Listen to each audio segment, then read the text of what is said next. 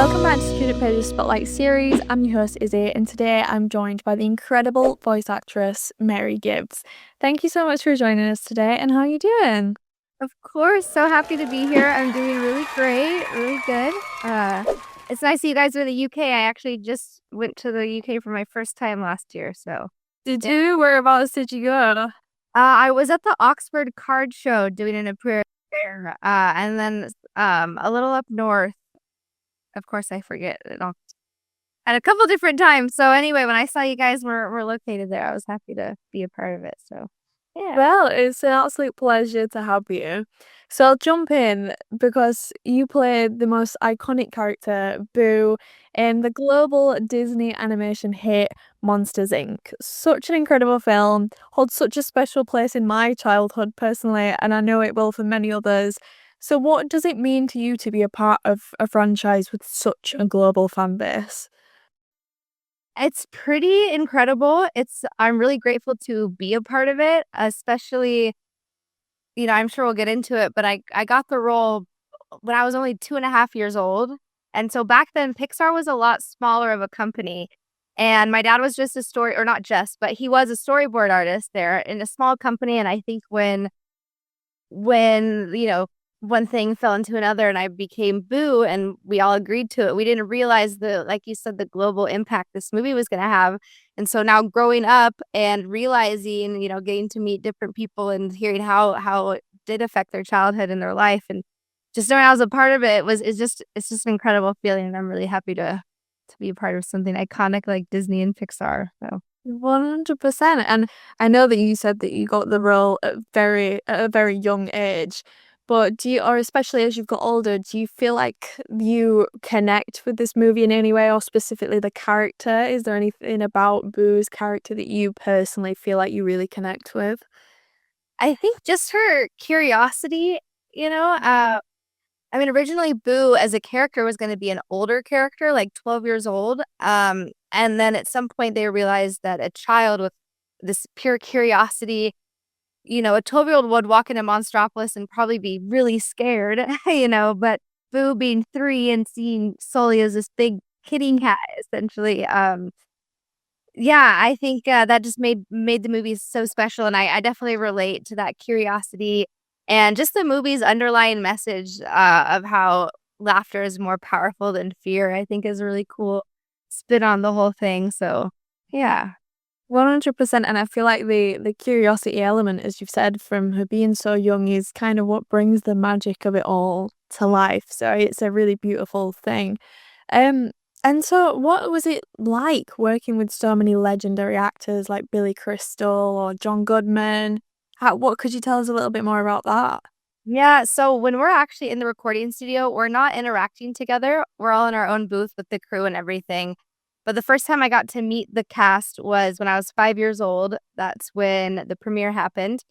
And I'm 5 years old. I'm not a trained actress. And I remember walking out and being really afraid, like, really overwhelmed, just didn't know what was going on. And Billy Crystal, actually, this big star that he was, he took the time, he pulled me over to the side, introduced himself, made me feel comfortable. And then he actually picked me up and carried me down the red carpet, that was just a really special experience to have because, I mean, he's, done that 1,000 times at that point.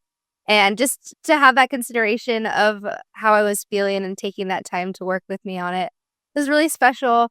And I mean, now when I watch the movie and you see the credits, Billy Crystal, John Goodman, Mary Gibbs, in front of Steve Buscemi, I'm like, it's mind blowing that I got be a part of a movie with these iconic actors, and that I'll watch movies that they're in now and just be like, oh my gosh, like yeah, just mind blown is a good word. So for Billy Crystal being really sweet. I didn't get to stay in contact with them. But when I was 20, I was a yoga teacher, and Billy Crystal or his PR, whoever tweeted about me from his profile said Mary Gibbs is now all grown up, 20 years old, teaching yoga. I thought that was like a cool moment too, to be like, oh, wow, still still thinking about me in one way or another. Yeah, definitely. And to be introduced to that at such a young age must have been such an incredible experience as well, like you said, and it's clearly held a lot of sentimental value as well. Yeah, 100%. And so you've got an amazingly long list of credits in the voice acting world with past work including Inside Out or Last Guest and more recently Heroes of Extinction, sorry. Could you tell us a little bit about your training background and how this has helped? I know that you said you were obviously very young when you got into the scene, but did you take anything further with voice acting or acting in general?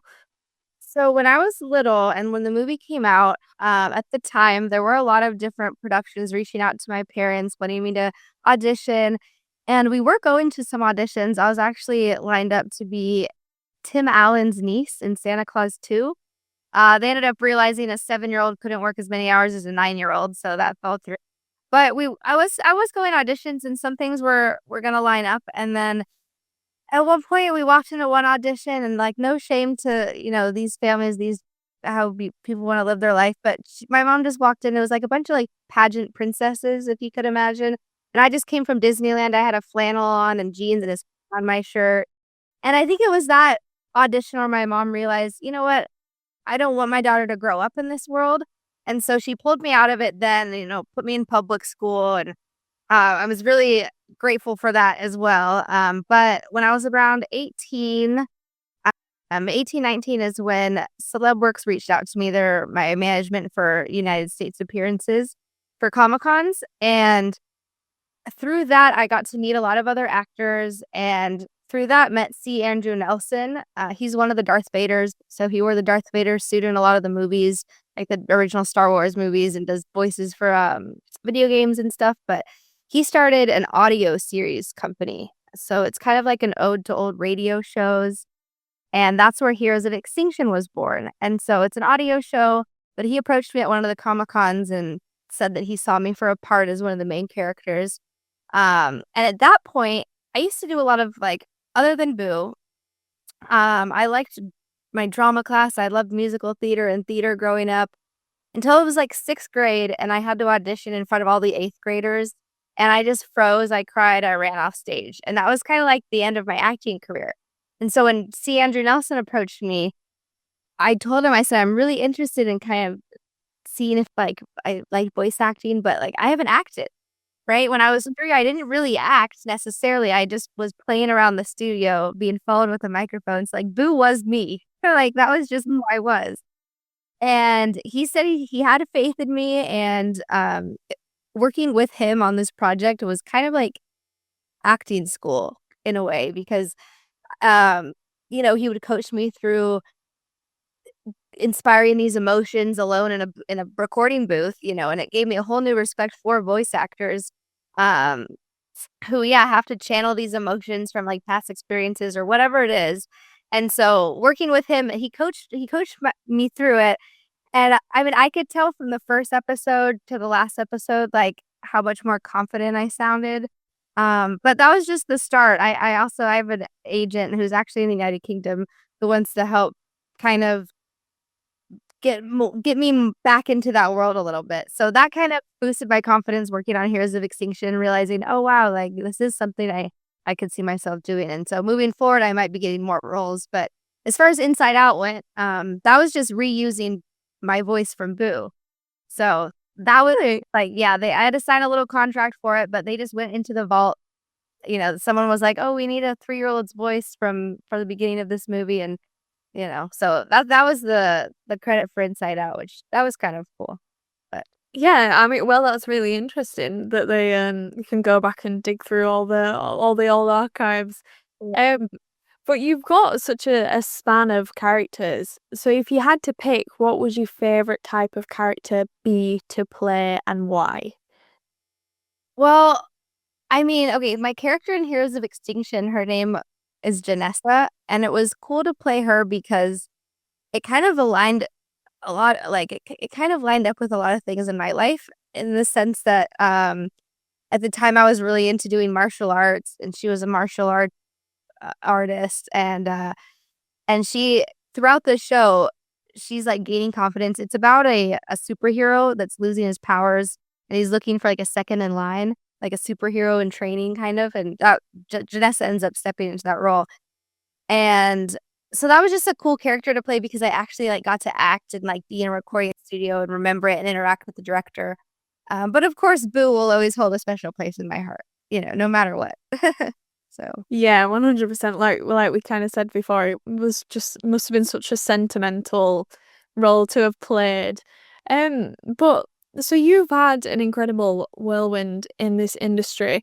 Would you have any advice for students or younger people looking to take on a career in acting or voice acting or just pursuing a dream in general? um, so the biggest, I take my advice from my friend John Morris. He was the voice of Andy in Toy Story, and he actually runs voiceover lessons online and everything, really affordable. If anyone wants to reach out, because we get asked that. We travel around and do Comic Cons a lot, and we both get asked that question. And for me, it's harder to answer because I'm like, well, I got the role because my dad was a storyboard artist. He was in the right meeting at the right time. But I've learned through meeting other people, John, other actors, that it's really, if you're passionate about it, like take classes, hone your craft, develop a reel of different voices that you could do.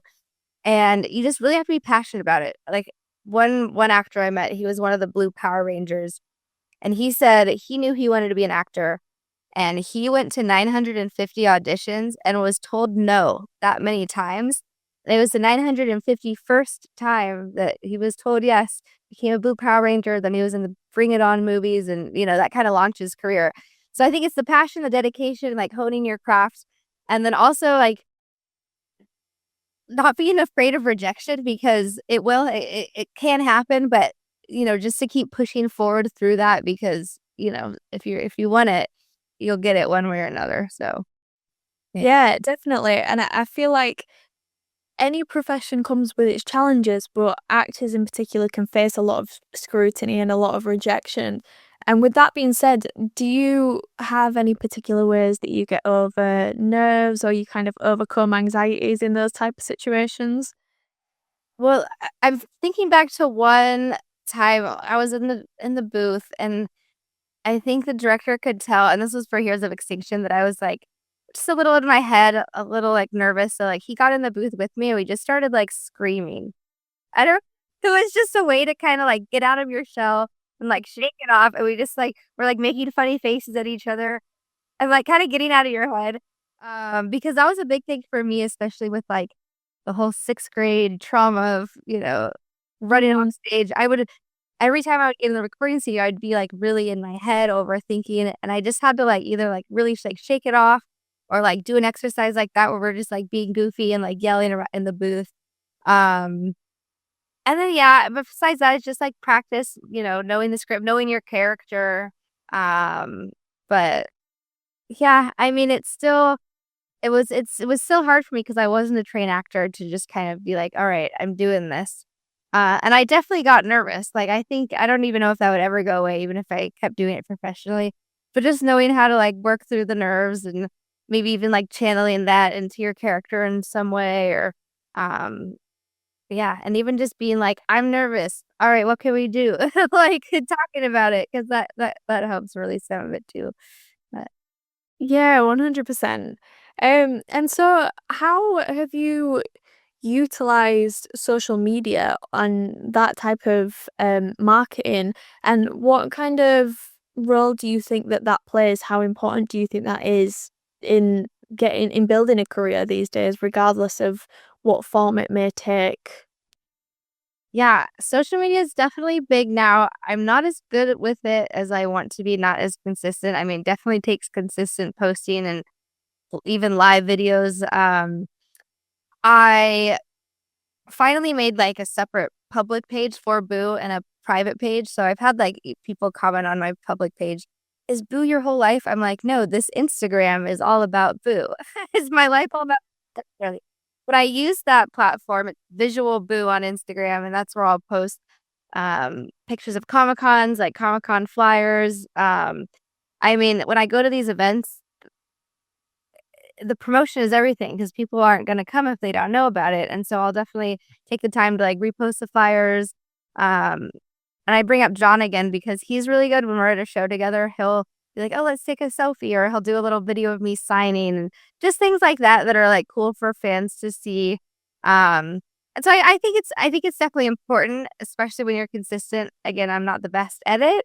But even so, like if anything, it's a cool thing for me to look back through is just like a visual diary of like, oh wow, look at the places this has taken me or um yeah. So Yeah, and so you've talked about the amazing people that you've met through this career and the amazing opportunities that you've had.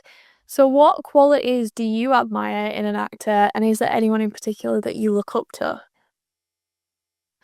I think, I mean, the quality of determination really, and just the confidence it takes to be like, this is what I'm doing.